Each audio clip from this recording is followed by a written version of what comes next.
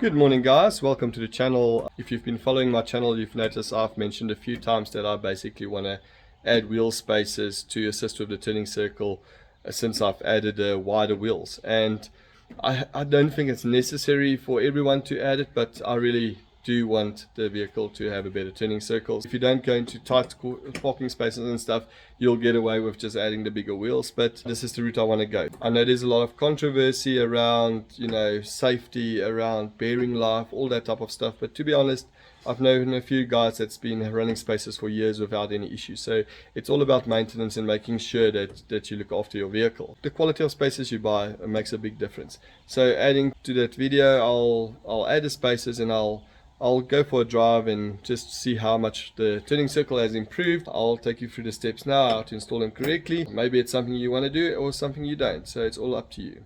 So guys, this is the set of spacers I bought. I bought them from 4x4 Direct in Boxburg. If you can see, they come with instructions printed on. There's good instructions on the website as well, but yeah, this is a set. They cost me 2,800 Rand and a 6160 aluminium with a 60 temper, so very good quality material being used. They've had good success with the spacer. This is what I'm going to install. So basically they say we need to torque it to 50 Newton meters and then to 100 Newton meters.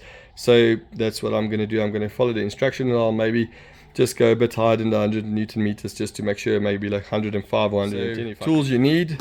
Number one, you need a proper torque wrench. Make sure it's a high quality one. You borrow one from a friend or someone you know if you can, but make sure you torque them. Don't just put them on, and don't expect a shop to know what they're doing when they put these on. They'll just pull them tight and you could have vibrations and issues going forward.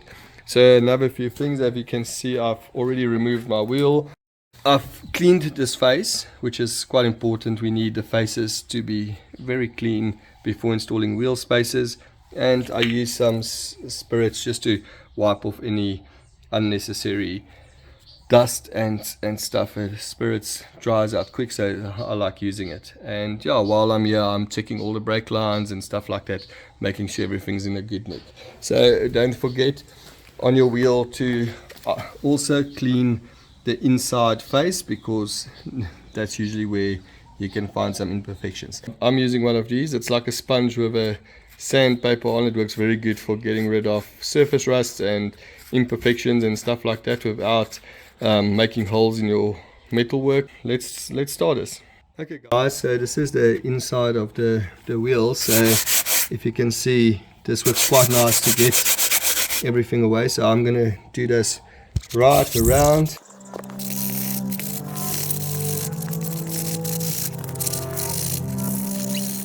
Okay guys, so just a tip, while your wheel's off, the adjusting bolt for the turning circle, just spray some lubricant on there, because trust me, they can get quite hard to move.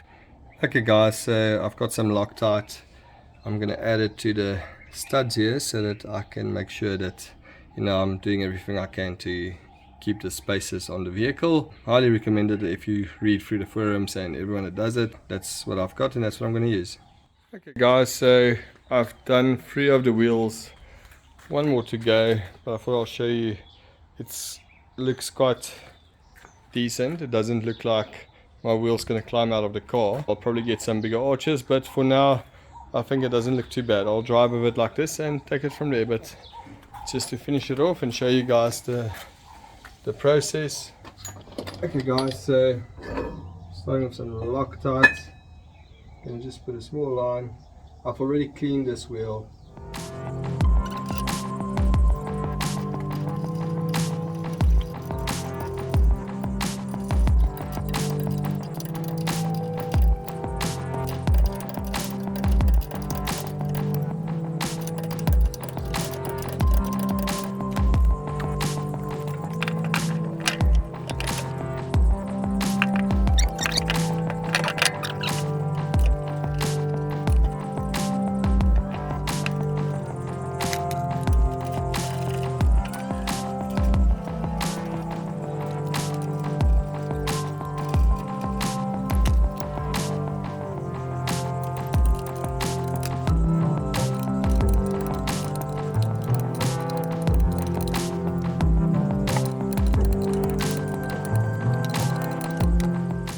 Okay guys, so I just finished with the last wheel, and yeah, I think it looks good. I'll show you what it looks like now. I'm going to take it for a drive.